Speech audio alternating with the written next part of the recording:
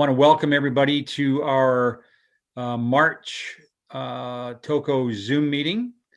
And we have a very interesting guest speaker and some presentations for tonight. So before we get rolling here, let me just see, we're up to 65. So I'm going to share my screen. All right. So I say this every time, but the club's growing. So just to introduce myself, in case some of you don't know me, my name is John Dixon. I'm the president of Tesla Owners Ontario, which is what you're all here to hear about tonight. We're using an application called Pigeonhole. I know we asked you to submit your questions through the RSVP, which we do have. Thanks very much. But we also use this application called Pigeonhole. So there's the address there. It was also on your invitation, and you can click on it. Basically, you can just type your first name in if you want to know, if you want us to know who's asking the questions. And this will just help us if there's any ongoing questions that come up about the club operations or from Sasha, our presenter today, and we can go through that. And you can actually, if you like the question that someone else has asked, you can upvote the questions. So again, go to pigeonhole.at, but click on that link because you'll get to the Tesla link, and we'll go in from there. I always do this, but I'm just giving you a bit of an update on how we're doing as a club.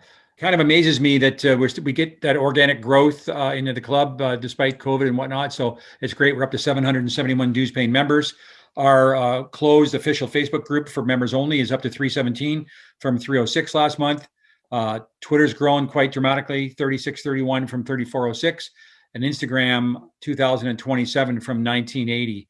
And we do want to make sure that we're out there and visible to the community, and people are aware of the club and what we're trying to do for Tesla owners especially. So I think our growth on the social media platforms is because we have a consistent social media process with a social media firm that we're using to help us with all the great posts that you've seen out there and getting lots of interaction. So it's helping us as a club for sure. What I thought I'd do is jump right into some of these questions. Normally I give you sort of some updates through some slides, but we'll be able to cover most of the updates and questions on what people have submitted. So before we get into the guest speaker, I'm going to go through some of the questions that have just come up from you out there in our club. So it said, are you still looking for volunteers? The first question. It depends what you're asking about. We did put a couple of notices out, I think, in the newsletter and some other places on the internet that we were looking for people to help with the writing and for the newsletter. Frankly, I think we're pretty good there. We've got a couple that are going to help Anise with that, so that's great.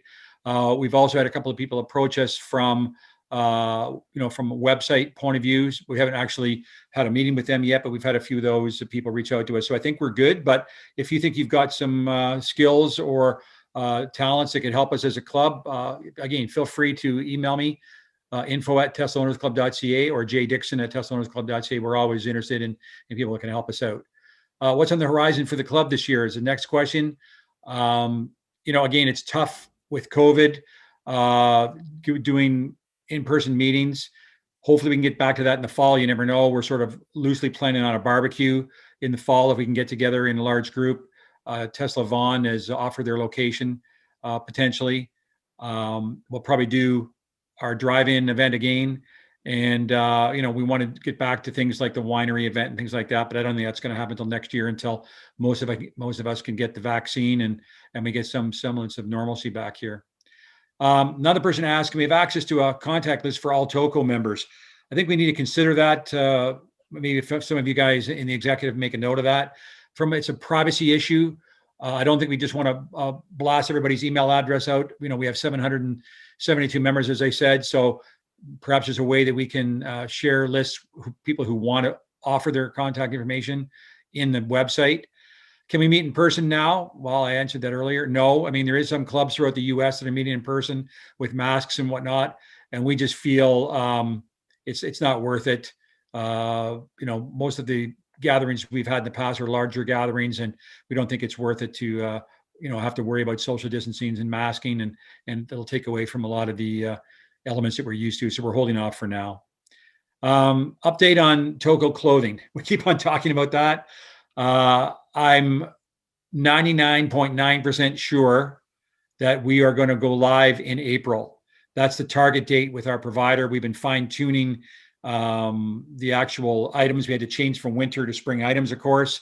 Looking at the logo here, you can see a logo on my shirt. We were trying to figure out whether it's going to be a patch or just outline logo, and colors, and the right brands, and mix of materials and things like that. So we're very, very close, and that'll be within the member zone, we believe, or certainly a link to that from the member zone for an online shop.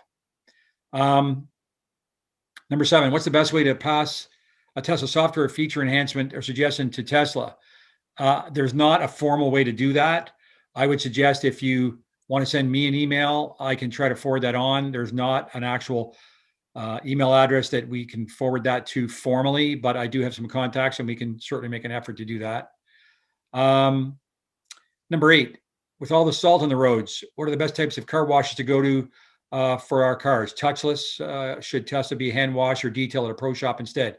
Hey, I think if you can afford it and you want to do that, that is probably the best route. But I myself go to a touchless car wash, and I go to the ones that have no brushes.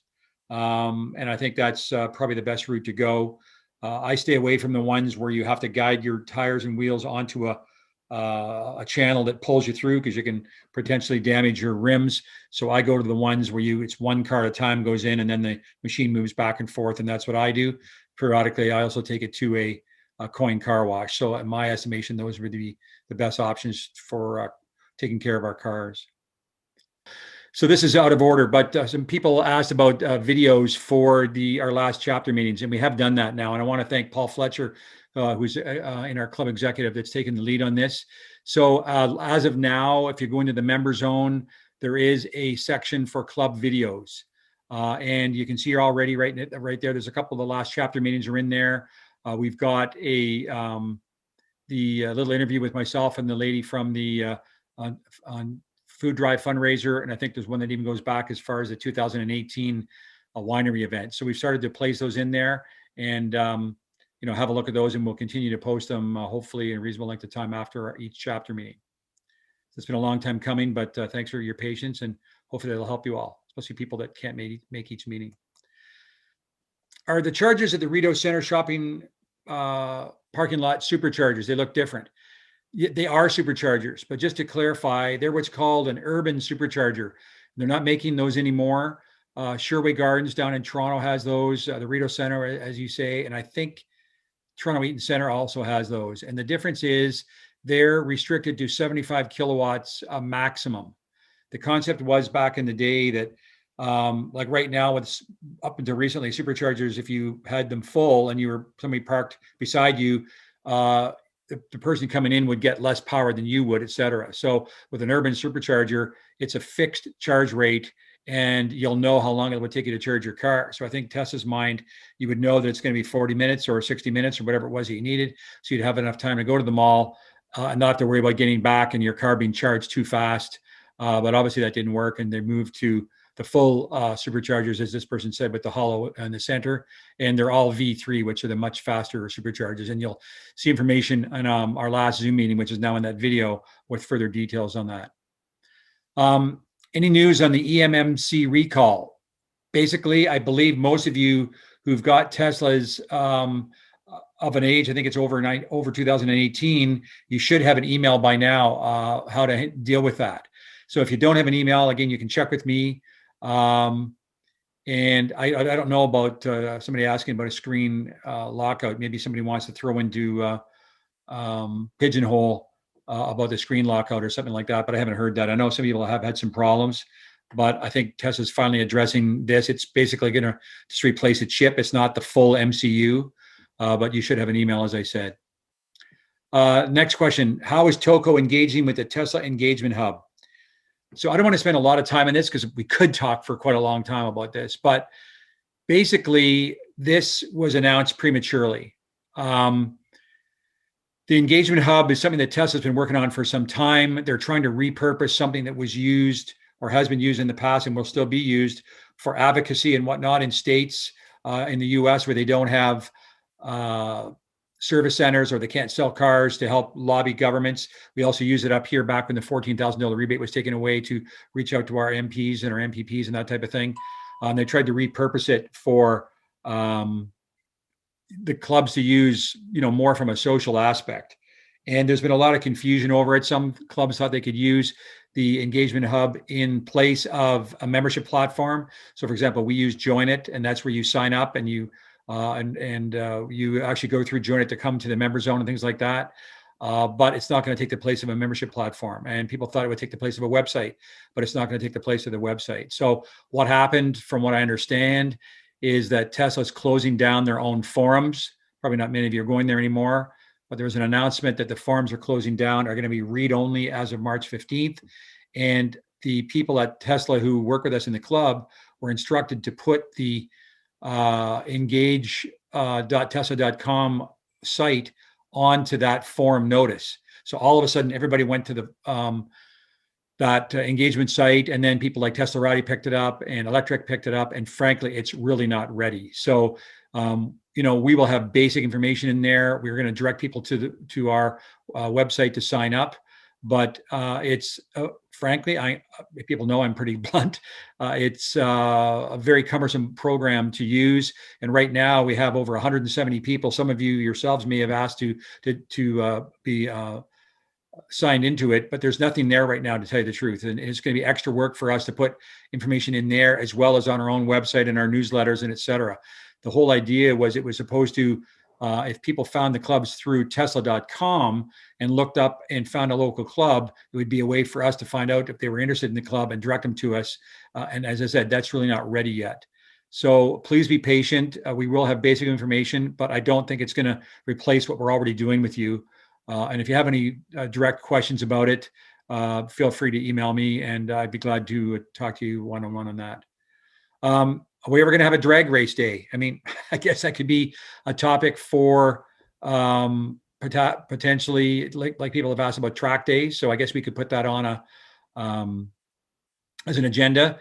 But I mean, we know that Model 3s of the same caliber, like a performance, are all going to perform pretty well the same. Model X's are the same, will perform the same. But it's something we might want to look at if we can maybe get some other people out who are not driving Teslas. But we'll certainly put that to the list. I believe this is the last question. Is there a total number of DC fast chargers in Ontario or Southern Ontario? I don't know the answer to that. I think you'd have to look at Plug and Drive or something like that, Plug Share, to try to find that out. I did send a message to Tesla and see if they know how many HPWCs that they installed themselves and paid for. And we'll see if I get an answer. I'll let you know. But there's an awful lot of other Tesla charging stalls that people have put in at their own businesses that weren't arranged through Tesla. So I think that is it for membership questions. Somebody's putting something in. Somebody's asking, moving to a condo, there won't be Wi-Fi access underground parking. I understand Tesla's over-the-air updates are only available by Wi-Fi. How do condo owners get their updates? I have seen updates come through regular LTE, so that is possible. But if there's an update out there, I would go to someplace where there is Wi-Fi. Go to outside a coffee shop. Go to outside a Tesla location, and if you're really anxious to get an update, it'll connect, and that'll help you out, I think. The last thing before we move on is just as a reminder, our next virtual meeting using Zoom is on Earth Day. We were going to do it actually on Earth Day, but our guest speakers couldn't make it that specific day because of a prior engagement. So we're going to have it on Tuesday, April 20th, and we'll send you more details out prior to then. But it is going to have an Earth Day theme. There's going to be a presentation to do with an updated presentation to do with the climate change and the climate emergency. We're also going to have a theme to do with giving back to the community, perhaps with planting trees or something along those lines, but that has to be organized. So have a look for that. And sorry, one last thing, Ben, hopefully you're on there. We're going to give you a quick overview of our financial statement, and then hopefully Sasha and Jesse haven't fallen asleep there, and we'll move on to our guest speakers. So you there, Ben? Can you hear me? Well, this is Ben Setto, the treasurer, and he's going to give you a brief overview of finances compared to last year for the club. Okay, so I'm on my phone, so I can't see the screen. But basically, what's on the screen right now is the receipt and disbursements. Yes, correct. Okay, so if you go back up, so the top line is the chapters meeting event.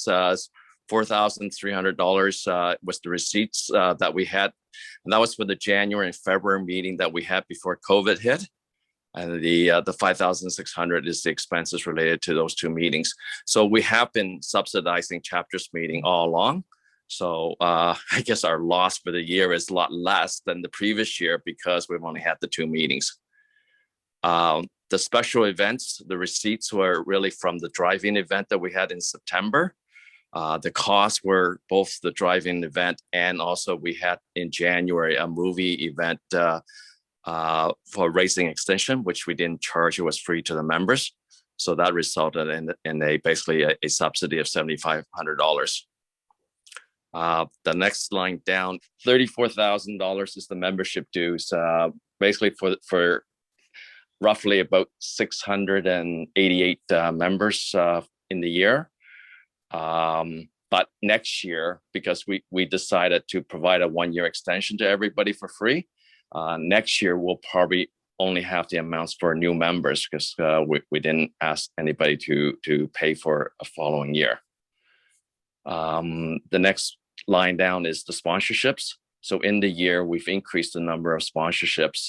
I guess people were looking for a place to sponsor because they can't have people going into their place of business. So we ended up with 14 new and renewed Ludicrous sponsors and 2 Insane Level. The reason why the Insane Level only show 1 is because one actually had double pay the year before. So that's the total receipts that we had in the year. The disbursements, we're dispersing out about $10,000 now, almost $1,000 a month to basically for one of John's staff to help with the administration. We're incurring roughly between $800 to $1,000 a month just for that purpose because of all the emails and setting up the memberships and ordering the different supplies and everything else. So that was the cost for that. The bank charges isn't just bank charges, but also financing fees for taking the Eventbrite and all the other costs related to taking tickets and taking the membership fees because we're doing basically everything online now. Okay, I just moved to the next page. Ben. Okay. Yep. The equipment costs, basically we're expensing all the equipment as we're acquiring them. So the cost for the current year is basically we purchased a new CHAdeMO adapter for the Ottawa area. And then we placed, I think, 5 or 6 trash cans at various superchargers. The plan was to do more, but we're kind of stuck to what we got right now. But that was the cost in the year. The insurance is running around the same level. We actually got a small rebate in January because of COVID, I think $147. Membership support, we spend a significant amount for masks and other giveaways in the year just to try to get things back to the membership. The rest of it, the office supplies, postage, printing lanyards and everything else is I guess basically in line with the growing number of memberships. And during the year, we've contracted Fierce Media to do some social media support. Basically, it was a new initiative to raise awareness of the club and hopefully basically bring in new members. The SC support is basically every year we've been doing pizzas and different things to the staff at the various service centers. This year was a little bit less because we had, obviously because of COVID, we couldn't do a lot. And then the software costs was up quite a bit this year because we're doing more stuff online. We've paid for a upgraded Zoom package so that we can do these meetings, the constant contact for email, Entropy, Join It, Google, all that. So our software cost has gone up. Basically double over the prior year. And the last item obviously is the global summit cost. There wasn't any because we didn't have a summit this year. Right. So that brings the net receipt disbursement down to $14,000 that we've actually gained in the year. I I mean, the plan obviously every year is to break even, and the last 2 years we're not able to spend as fast as we could, primarily because of COVID. So on the next sheet, balance sheet. Yeah, so we're on the next sheet now, the balance sheet. We kept it quite simple. We have at the end of December about $33,000, almost $34,000 in the bank account at the time. We are bringing a little bit more in than what we're spending, but it also obviously our expenditures in the past year has been reduced because of COVID. And I guess we are looking as a board for ideas from everybody in terms of when we're open again, what do we do? And I guess there was that drag race idea. I think there's a few other ideas floating around that once we're able to meet again, we can probably have a lot more different events that we can help subsidize and bring everybody together. Okay. The furniture and fixture is just a placeholder, because we do expense right now in our furniture and equipment. We do have a Toco tent. We have now 5 CHAdeMO adapters, 2 in the west, 2 in the east, and 1 in Ottawa for, I guess, lending out to the memberbership. And there's a couple of signs and banners too, Ben. Yeah, that's right. So basically, that's what we have. The offset is that we're end up with a total equity now of about $33,800. So we're in obviously really good shape, and we'll probably look at it as we proceed for the rest of this year, and hopefully once we can open up, then we'll be looking at ideas what we can do. All right. Okay, great. I mean, and that's why, frankly, one of the reasons why we decided to forego anybody's membership renewal this year, because we had that extra money, we weren't spending it. And typically in the past, especially for new members who don't know this, we would have a monthly chapter meeting at a location where there was a sit-down dinner and presentation, etc. Riviera Event Spaces. We went there the very first time in very early March last year, just before COVID hit. And we offset the cost of that. So you only pay a portion and the club would pay the rest. And typically that would use some of our funds.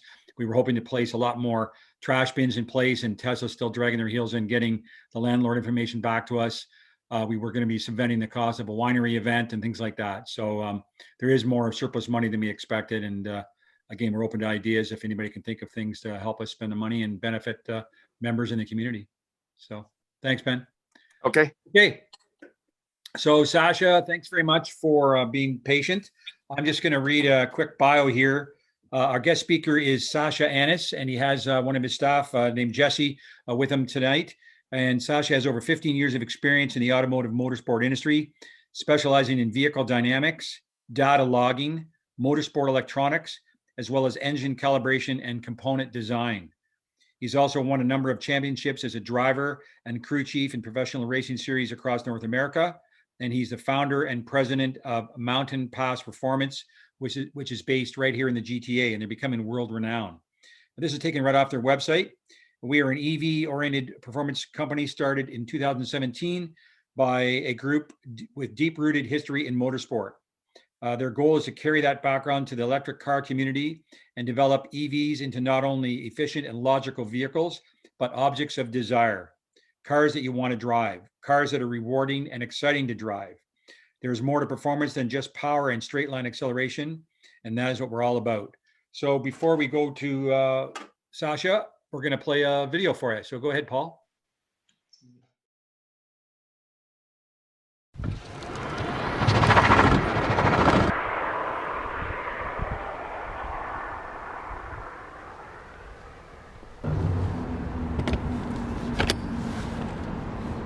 Pull the key out. So once the charging has started, you can just pull the key.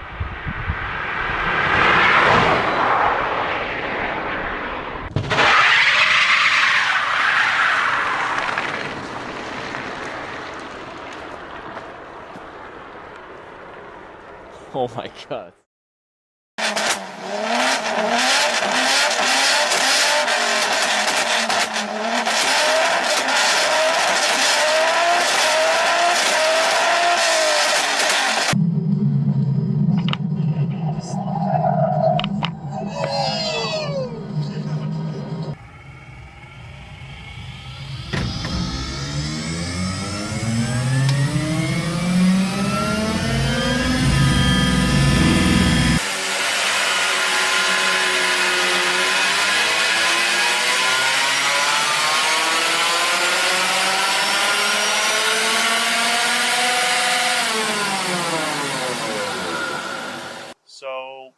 expected, there's a much bigger drop off in power with the lower battery because you're asking for so much power. The lower the state of charge is, the greater the voltage sag is going to be, and at some point you're going to get to a voltage where the inverter has to cut back power to protect the battery.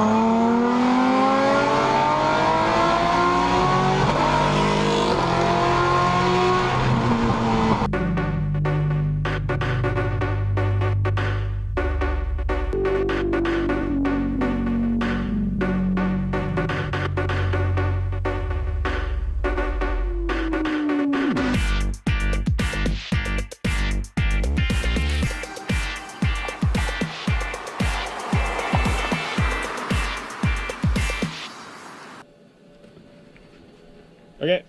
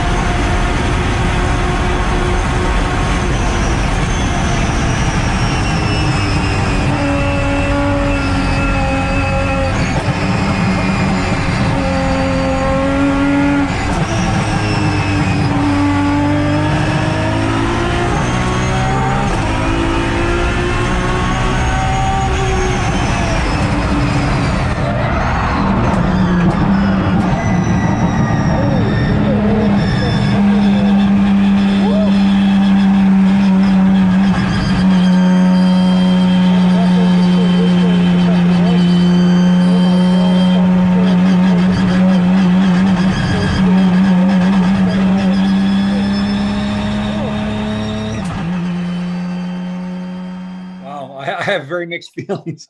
I used to be a gearhead, and I've had Porsches and BMWs and stuff, and used to love to hear those sounds. But I have to say, I prefer the quiet sounds of a Tesla. So interesting contrast. Anyhow, welcome Sasha and Jesse.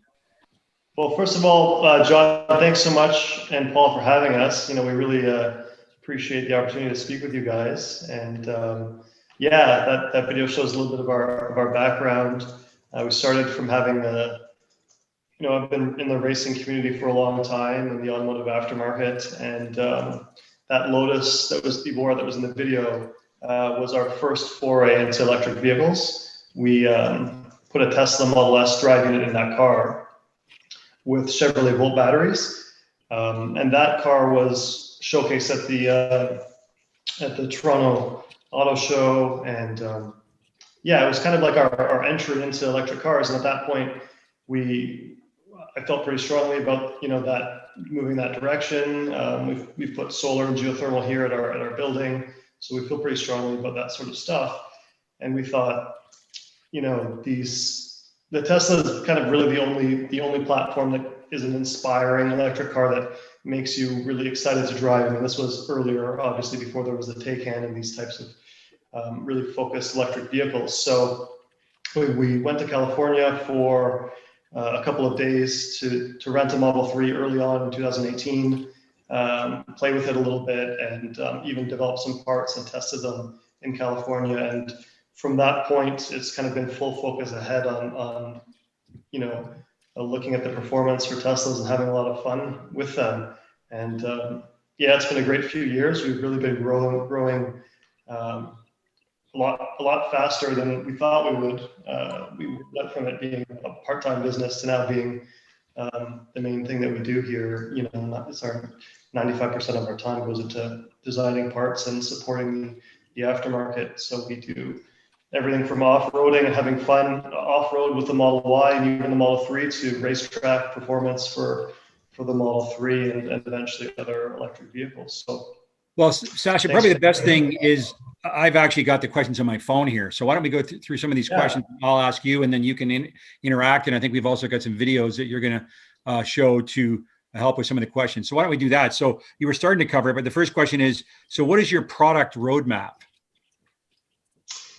Well, our product roadmap is kind of, you know, not super public, but we're basically working on products that as the community grows and people get more like hardcore about racetrack activities, we'll have products to support them. But at the same time, we'll also be looking for performance parts for the road going community that just enjoys having a sporty car on the road. So, you know, that's kind of always been our focus is to make, you know, cost-effective, high-quality parts that, you know, increase the enjoyment of these cars. I mean, Tesla is trying to get to a certain price point with these cars, and so sometimes they have to get things on the car for a low price to be able to hit that target. So, you know, we'd like to offer for the enthusiasts that like to have a little bit more fun some components that, you know, make it a little bit more Porsche-esque, you could say.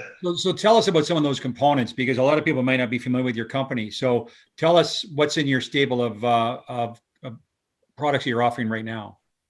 Yeah, the first product and our most popular product is our suspension kit. So it's a replacement spring and shock absorber package that really improves the ride and the driving feel of the vehicle. So that's kind of been our first product. And then since then, we have a number of suspension links and suspension arms that improve the feel to the road. We have some brake upgrades as well. Now, is this for the 3 and Y, Sasha? Yes, for the 3 and the Y, yes. We don't currently have any Model S or Model X parts. I know that was one of your questions as well. But in the future, I think that'll be something we move into for sure. Are you familiar, just while we're on that topic, somebody asked me the other day about vibration on Model X, which apparently they still have, and that there's something you can buy in the way of suspension product that changes the camber to help with that vibration issue. Are you familiar with that product? I'm sure, I know there are some rear camber links to adjust the rear alignment, but I don't know exactly how that would affect vibration. Well, I think what happens is there's so much power that they tell you to put your car in low, the suspension in low under hard acceleration, because it's I guess the half shafts are twisting or something. I don't know what they're doing, but that's a vibration. But anyhow, that's an aside. These aren't in any particular order. What's the best track to take a modified Tesla out for a drive in Ontario? Toronto Motorsports Park is in Cayuga. The track manager there actually has a Model 3. He just got it. He loves it. So he's very much an EV enthusiast. They have 2 chargers there. There's a 80 amp level 2, and then not another charger, but there's an outlet for a dryer plug. So you can have 2 cars charging there at the same time. And it's a big open track to get your feet wet. You're not going to get into trouble there. It also has a drag strip. So it would actually be a good venue to host an event. You could have some drag racing going on, and you could have some guys on the road course at the same time. So that's where I would suggest starting. Yeah. So I cut you off a little bit. So you're doing coilovers, different shocks. You talked about brakes, and then you have some electronic and things like that you offer as well, right? Yeah, exactly. I mean, obviously with the Teslas, it's very difficult to make electronics because unlike most vehicles, there's a software update that can come over the air at any time and kind of change or undo everything. So we've been working really hard on that over the last few years to understand and move into that space. And we do have 2 devices now. Basically, one of them gives track mode like cooling ability and the ability to cool the battery and the motors while you're supercharging. So that's really useful for guys that are, going to the track and driving aggressively, and then between sessions they need to charge. And supercharging puts a lot of heat into the battery. It purposely heats the car up so that the battery is warm and is able to take a lot of charge. But that's not good when you want to go on the racetrack because the car's already overheated almost. So that we have one unit that deals with that, and we have another unit that turns off stability control because the factory car is quite intrusive and doesn't let you. You can see in the video we're sliding around and having some fun in the snow and those types of things. You can't do that with the factory Tesla. With a track mode, you can do it a little bit, but it's still actually quite intrusive. And if you don't have track mode, you're kind of stuck. You can't party. So we made a party box. That's why you call them party boxes or whatever, right? It's called a party box, yeah. So this next one actually ties right into that. So people are asking, what about voiding warranty with Tesla if you put some of these aftermarket items on? Yeah, so I mean, it's always a question in the automotive aftermarket. I mean, we're always asked this by customers going back 15 years. I've never yet had that be an issue. And with Tesla, with our hundreds of customers, have we had an issue? Nope. We haven't had a single issue yet.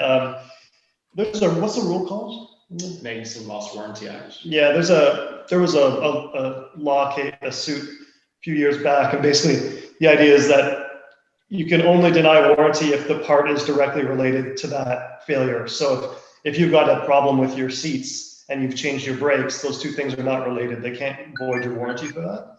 So there's precedent, and it just hasn't been an issue. Okay, cool. You sort of covered this a little bit. What Model 3 products are in the pipeline for the near future? The next big parts for the Model 3 that are coming are going to be track-focused cooling upgrades. We're basically at a point now where we've solved the factory Model 3 can go for about 5 minutes before it overheats on the racetrack. And now with our next products we're releasing, we'll be able to do about 15 minutes.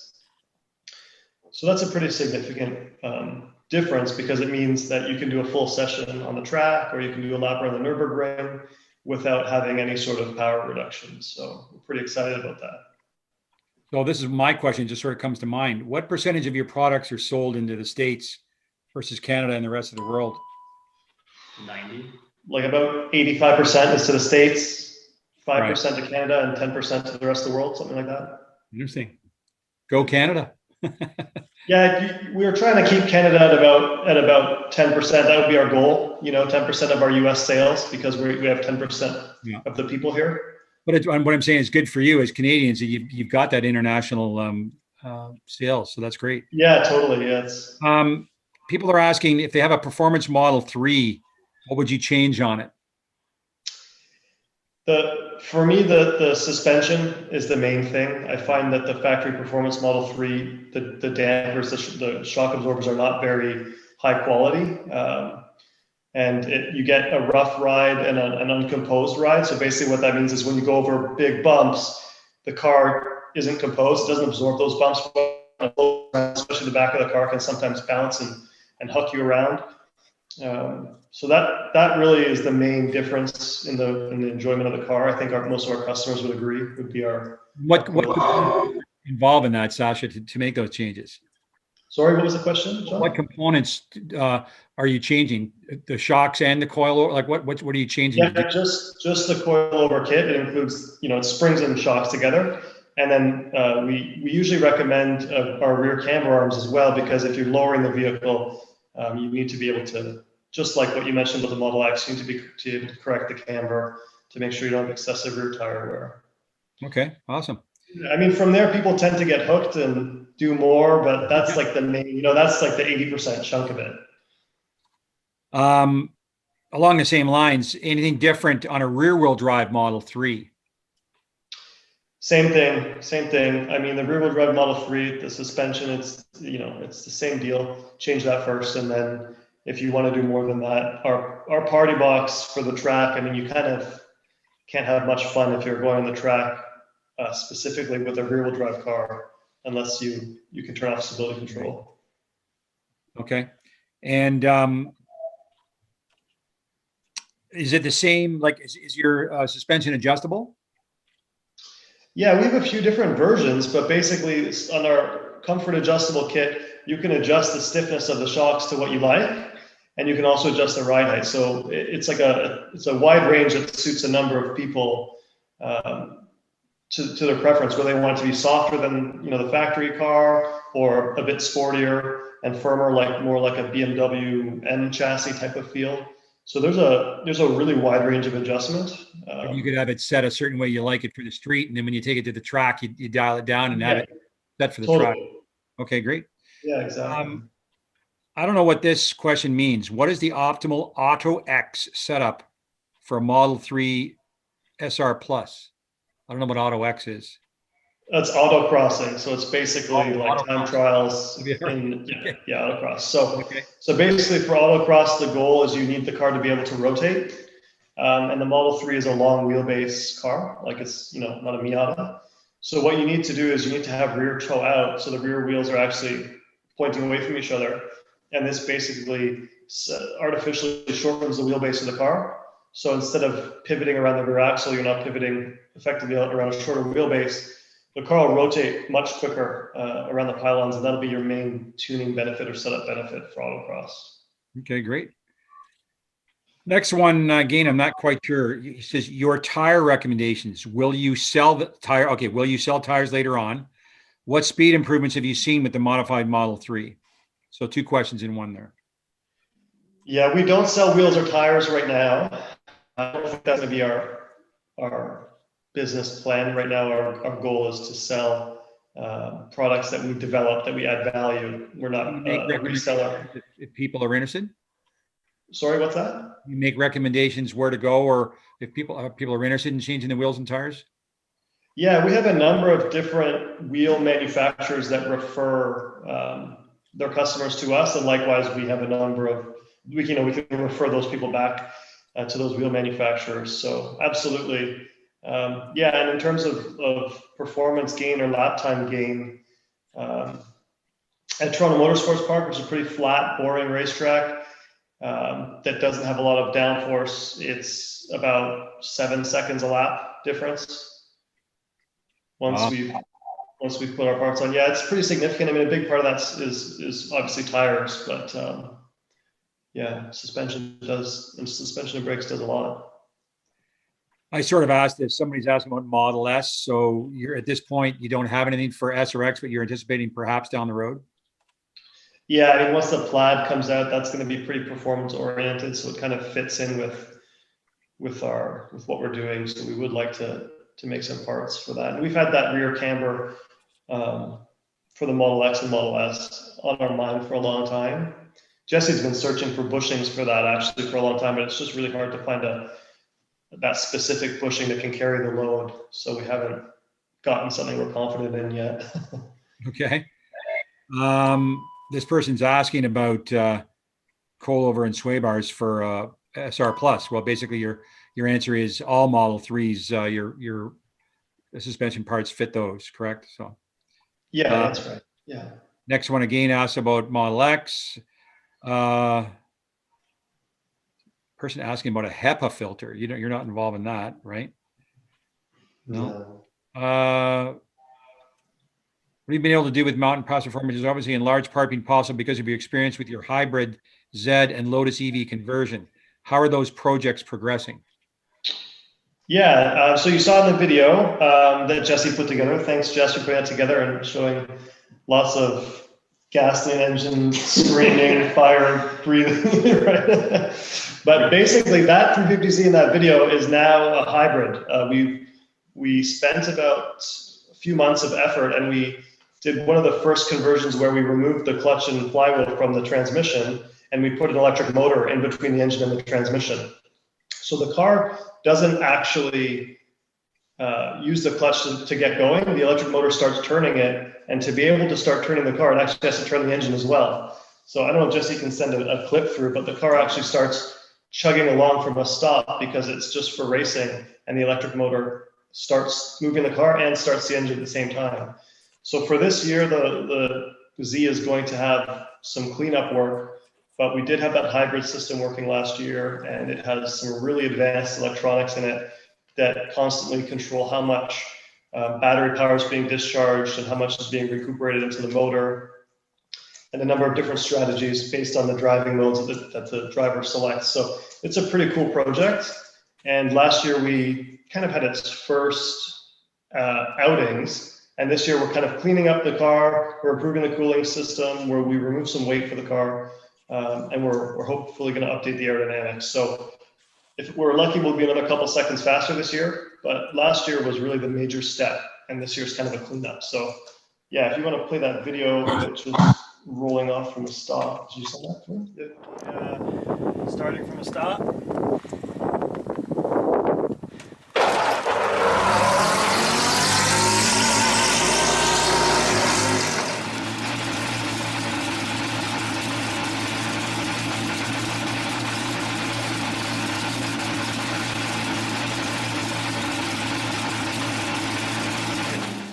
So yeah, that's at the beginning of that video there, you can see that's the electric motor starting to pull the car from a stop without a clutch or anything. So we did that. The purpose of that design was to get the weight as low as possible. We were able to remove a bunch of systems from the Is there no car. starter motor either?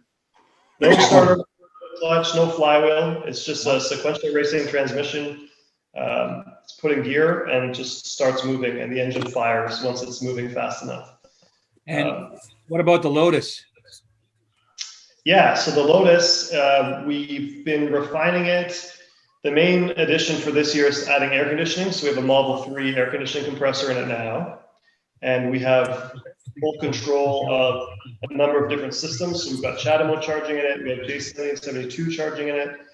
And we've improved those systems as well. So now, even if the car is fully asleep with no key in it and you plug in the charger, the car will wake up just like an OEM electric car like you would expect. So you can just plug in the charger and it'll just charge. And when it's done charging, it'll shut itself off.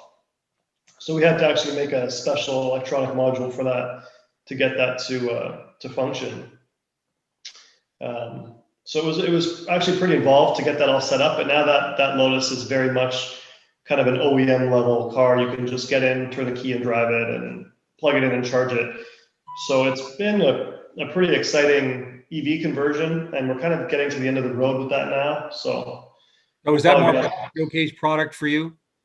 Pardon, what's that? Is it basically like a showcase product for you? Well, that wasn't really a showcase. Actually, it was more of an educational project. You know, I started that. That's how I got into electric cars. You know, I actually bought the Tesla Drive Unit before I had the car, and I just committed to. There was at the beginning of that video, you saw the Tesla Drive Unit on the dyno spinning. That was so kind of, it was just a commitment to get into the industry and buy that motor and just make it work. And yeah, so it worked out really well, and we learned a lot. Learned a lot about electric vehicles and the architecture and how batteries work, how the motors work, how to get the most performance out of them. So that was a really good project, and I think it's paid dividends already just in the education and the value that we've learned from that. And yeah, at this point now, I don't know if we'll keep it or we'll get rid of it, but it's definitely served its purpose. But your intent is to primarily focus on the suspension side of things going forward.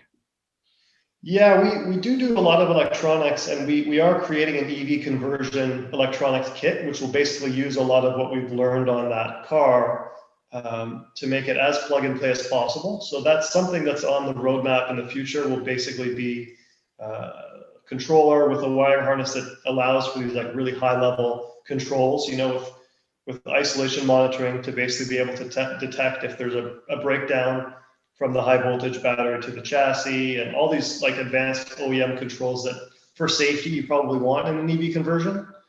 So we'll have something like that probably, I would guess, by the end of the year. I don't know if you're aware of this. We have a member, Bruno Santos, used to be called Evolution Racing. Now it's just Evolution Inc. And he's working on a conversion on the side, and they also do a fair amount of work on Teslas, and they're just coming on as a sponsor. So the community is certainly growing on people that are working. Bruno's one of our best local dealers. We send him a lot of business. Oh wow! And he does great work. Yeah. Jesse talks to him quite frequently. Yeah. So I talk to him often, and I've never heard of a mechanic going so far above and beyond for their customers. I've heard of a customer saying he drove to Buffalo to pick up something from his PO box for them, just to save them on customs and stuff. Good to know. The next question is not really related to you. I get toward this is the last question, I believe, and maybe you want to play a video with you for us. More of a comment or suggestion, please bring a lowering spring to the market. You already have that though, do you not?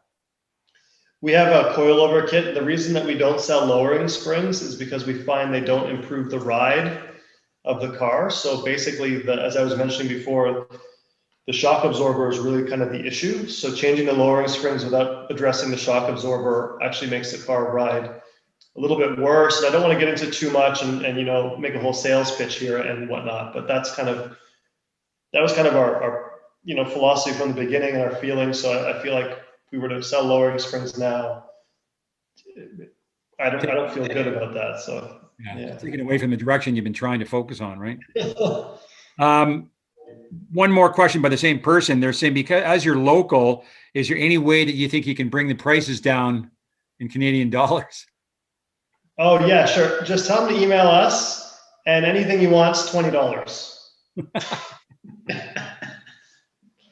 I will say this: the exchange rate is really good right now, so the prices have come down a fair bit, and we sometimes have a spring or summer sale. We did one when the Raptors won. What was the reason last year? It's been in June both times. One was an awesome SpaceX accomplishment. Right. And the one before that was when the Raptors won the championship. Yeah, usually if something really good in the summer, we have a sale. So the SpaceX landed those rockets in unison, so we had a sale, and then the Raptors won, so we had a sale. So hopefully something great happens this June and we can have another sale. Okay, awesome. So is there any videos that you think, we saw your intro video, is there anything else you'd like to show us in your stable, especially along the lines of EVs and Tesla? Yeah, I would be happy to. And any of you that are watching right now, if you've got any specific questions or anything you want us to elaborate on, we have our shop here. We can do a walkthrough and show you a little bit of what we do here. And if you have anything you want to see specifically up close, please just write in the, what's it called again? Pigeonhole. In the pigeon. Yeah, I'm looking for that now. I had the questions open, so sorry. And, we can show you that and go through it. So, if there's anything specific, we did a video about how to improve your range. Maybe that's a video that would be worth sharing, with how to improve your Tesla's range. That kind of relates to everyday Tesla owning, and how, as the car ages, you can kind of detect, if you start to notice that your efficiency on your screen, how many watt hours per kilometer you're using, if that's getting worse in equal weather and tire pressure, like how to check where that loss might be coming from. So maybe that's worth playing. I'm in this video. I'm in the whole thing. Okay. Actually, before you play that, here's a couple of questions. I've just got Pigeonhole open. This is for Sasha. A track day related question. I have a performance version Model 3. Would you recommend tracking it stock, or do you need to get into the mods to really enjoy it? It's kind of a loaded question there. Yeah, I think you should do it. You should do a track day stock first to kind of appreciate the difference. So just for safety, we recommend at least changing the brake fluid before you go to the racetrack with some high temperature brake fluid, because it is quite common it depends on the driving level, but if you're an aggressive driver, you can boil the brake fluid in the pedal. What happens is the brake pedal gets soft, and it kind of, you lose some braking control, and it takes away a little bit of the enjoyment if you're panicking that the car is not going to stop. So bleed your brake fluid first, but then certainly take it out stock for one day, see what it's like, feel what the factory suspension, the factory tires are like, and this way you can kind of really enjoy each step. Some customers, they put our whole catalog in one shot on their car, and that's the most cost-effective way, like from an installation standpoint, but you don't get the most enjoyment out of each. It's kind of like if you go and have a big sushi dinner and you eat way too much and then you don't feel well. You're better off to just have a little bit and then go back and have a little bit more to really get the most enjoyment out of it. Okay. You got a video you're gonna play for us? Yeah, sure. If you guys want to watch this video, Paul, you can play it. Do you feel like your car's lost range? Have you found yourself on Facebook asking in 5 different owners groups how your car lost its range? Well, before you send any more questions like that, check out this video. We at MPP are going to show you the easy things you can check to see where your range went and if there's anything you can do about it. Now, during the colder and hotter seasons, you're going to lose range to your heat and your air conditioning. But there's other things that we can check and fix ourselves, like tires, brake drag, and even alignment. first thing you need to do is know how to measure your efficiency. If you're anything like me, you're watching this screen right here for probably half of your drive. Right now we have 218 watt hours per mile, which means the same as running 2 100 watt light bulbs for an hour. There's a few things we're going to need. We need to be going between 30 and 50 miles an hour. It needs to be convenient enough that you can do this check often. And you also need to have a loop that you can start and stop in the same place. So the Model 3 is rated at 240 watt hours per mile. During our test at these lower speeds, we should expect somewhere around 210 watt hours per mile. If you're not even getting close to that, then I suggest paying attention to the next steps. So, since we've got our baseline numbers, we can start checking things. You should already have a readout of your tire pressures on the dash, but it never hurts to double check. The reason the tire pressures are so important is because there's a massive difference between 30 and 50 psi. Tesla started off recommending 45, but later lowered it to 42. We at MPP like to run a much higher pressure than that. My personal car is at 49 psi, and I've noticed a really big difference even between 42 and 49 psi. Now, the one thing to consider is the ride quality, which you'll find gets much harsher at a higher pressure. It feels like you're driving on basketballs. If you don't mind and you like driving as far as you can, pump those things up, man. It says right on here what the highest cold pressure you can run is, and that's safe. You can do it.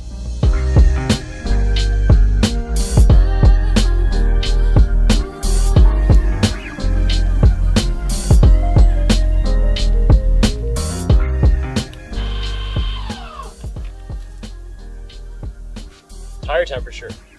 On a cool day, and that's important, it's good to check the tire temperature on the tread. Assuming that it's not so hot out that the tire is absorbing heat from the ground, any heat here is actually wasted energy. And now the reason for this would be your alignment being out. If say your alignment is very towed in, the tire tread is actually twisting as the tire rolls forward. And that wastes a lot of energy. The alignment settings that we should be aiming for, the maximum setting should be 5 millimeters of toe in or out, or 3/16. And that's total. Don't have an alignment rack? Use toe plates. Toe plates are a staple at the racetrack. We use these in between sessions to quickly check the toe, especially if we have an incident on track. You'll need a helper, but it's a very fast way of checking. All we do is compare the difference between the front and the rear of the tire. If it's more than 5 millimeters or 3/16 of an inch, that's getting to the borderline of what's acceptable. And beyond there, we'll start seeing extra range loss. Remember when your car was new? It would glide forever. But that kind of goes away over time. If you're in roll mode, you may notice when you come to a light on a hill, the car will kind of stop and then just start backing up right away. If it feels like it's kind of sticking, that's brake drag. And we should do this test and check the rotors. Brake drag. We need to check if your brakes are slowing the car down. Now, to do this test, you need to drive around without touching the brakes, not even once. You need to roll to a stop, regen. Don't touch the brakes. Then we're going to touch the rotors. Maybe use the back of your hand and check slowly. Cool. Now, if you burned yourself, you're an idiot because you pressed the brakes. And you deserve this, and maybe you learned your lesson now. Okay, so the idea is that they're cool. If you find that they're warm and you never even touch them, that means the pads are dragging on the rotors. There's a few ways that we can fix this and check it. Some of the problems we'll find are overheated calipers from the track, which reduces the effectiveness of the seals, how they pull the pads back. Another thing is dirty sliders and dirty pads. If you're not doing your regular brake servicing, your pads can stick and they won't pull back from the rotor when you're driving. You don't even have to do oil changes. All you have to do is rotate the tires and service the brakes. It's very simple.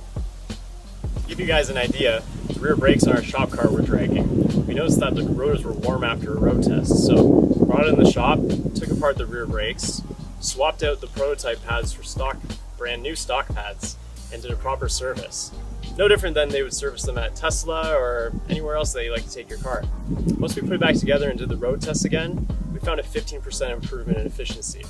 Now keep in mind, this is at lower speeds because at high speed, aerodynamics becomes more of a factor and it's not a really good test. So those three factors can add up to a big loss of range. It only takes 5 foot-pounds of drag on each rotor to equal a 3 horsepower loss at highway speed. Now when this Tesla is using only 18 horsepower at highway speeds, we're talking about a 17% reduction. Yeah, so that's a little bit of it, some tidbits there, and that's probably something that's good to know is as the cars age, you'll notice that the efficiency you got when it was brand new, it's getting harder and harder to achieve that, and those are going to be kind of reasons why. So some tips on what to look out for there. And Jesse got to enjoy watching himself. Jesse, whose shirt were you wearing? That was Tesla owners East Bay. One of our customers sent it to me. If you send me a shirt, I'll wear it in the next video. Maybe we will. Remind me about that, Anise, okay? You might have an Earth Day shirt lying around. All right. Yeah, maybe we do have it. Somebody raised their hand there. TJ Langford, I think it was. You're not using Pigeonhole? It was more of a comment. I wanted to address first off, hi Sasha and Jesse. I have the Comfort coilovers. I've been using them for about 2 years. And I just wanted to address the comment on the warranty. So I've had both my left and right upper control arms that had to be replaced. It was that common problem with Model 3s. And not even a question, concern, nothing from Tesla. So, and that's with full new suspension from Mountain Pass Performance on the car. Awesome. Hey, it's good to Okay, know. good to know. Thanks, TJ. Thanks, TJ. All right. Thanks, guys. Okay, anything else, guys? That's it for the questions that we've seen so far. I guess, I appreciate your time. What I would ask just in general, Sasha, so, I mean, what percentage of your business is EV related versus, as we call it, ICE? Are you still doing affirmative ICE business, or is it more and more EV and Tesla now? No, like I said, it's 95% Tesla Mountain Pass Performance. We do Motec Electronics. So we do these electronics for high performance racing vehicles where we'll help design the electronic system. And we do some consulting as well, helping companies that are getting into the EV space with electronics controls. But almost everything we do, other than a little bit of that electronics, is it's just Mountain Pass, and it's growing into a big thing, and it feels like we enjoy it a lot more as well. So. And do you think you'll get involved in non-Tesla vehicles? I think so. I mean, the Porsche is a tough one because the Porsche is it's already really great. It would be hard for us to make, it already comes with $5,000 brakes. We're not going to make $20,000 brakes. You know what I mean? It already comes with suspension that's got electronic dampers and all kinds of really complicated stuff. But like the Ford Mach-E, if there's some interest in that, we might look at that. But the Model 3s are really, really great sports sedan, and it's really personally the only car that I feel I really enjoy driving. So hopefully more cars like that will come out, and I hope that they're Tesla specific, and we can stay in that community because we've already kind of gotten to know people in the community, and they're really passionate. And the early adopters look like we're kind of like-minded, whereas I feel with some other brands, maybe people are buying the EV just because it's a new cool thing to do, as opposed to maybe really believing in the whole thing behind it. So we'll see. We may just stay Tesla forever if it turns out that it's not worth it because the customers aren't quite as great as the Tesla's customers. Have you got a Cybertruck on order? I do. I have a Cybertruck on order and a Rivian. So I don't know if I'll end up taking the Rivian if the Cybertruck is close. We'll see what happens. I'm going to put you on the spot here. Why aren't you a member of our club? I don't know. We will be after today. I don't know why we're not a member. We're a member of EV Society. Yeah, there you and go. I guess we should be. So Yeah. I don't know. Yeah. Blame Jesse for that one. What? Well, how many Teslas do you have in your fleet there between everybody who works there? Well, Jesse's got a Model 3. Kai just bought a Model Y. He got it up last weekend. So congratulations to him. He has a 150-kilometer round trip to work every day. So it's really great that he's got an electric car now. Mm-hmm. And then I've got my Model 3, and my wife, we got her the Performance Model Y. So yeah, that's four. That's 4 memberships, man. I'll give you a family membership for 2 for the price of 1. Okay, maybe I'll buy one for my 3-year-old daughter too. No, Yeah, it's but really great. It's really cool to see like the circle growing and trying to have influence on, getting people into electric vehicles and getting them off natural gas and trying to go to heat pumps and geothermal and just trying to get rid of everything that's not electric. yeah, and I mean that is sort of the back of our mind down the road. We want to find some more interesting topics like that. Somebody that's converted their house and put power walls on there, or solar, which we don't have like fully for sale in Canada yet. It's a little bit, but things like that. And when we can get together after COVID, maybe we do a track day. Even if somebody doesn't want to track their car, we can have a get together and barbecue on the side of the track and watch the guys whiz around or drag or whatever. And it'd be great to get together and love to see you guys in the club. So. Yeah, well, I mean, it's something that Trevor and I have spoken about a number of times. So I really think it's a great idea to just, we love, one of the best things that we've done is we did a ride along day where Jesse and I brought our Model 3s to a big lapping day and just took people for rides. I think you saw the one clip in that video. There's, we had 4 or 5 people in each car, and we were just taking people for rides for hours. And how did that work? You rent the track out and you have to have insurance and all that kind of thing, or? When you rent the track supplies the insurance. Okay. So you don't need to worry about the insurance side of it. And this was just an open day. So, on open days, you don't need to do anything. You just show up. But if you were to rent the whole track and the drag strip and the racetrack, you could do that. Or you could also piggyback onto another event, which would be a lot more affordable. And you could just have like a little Tesla section.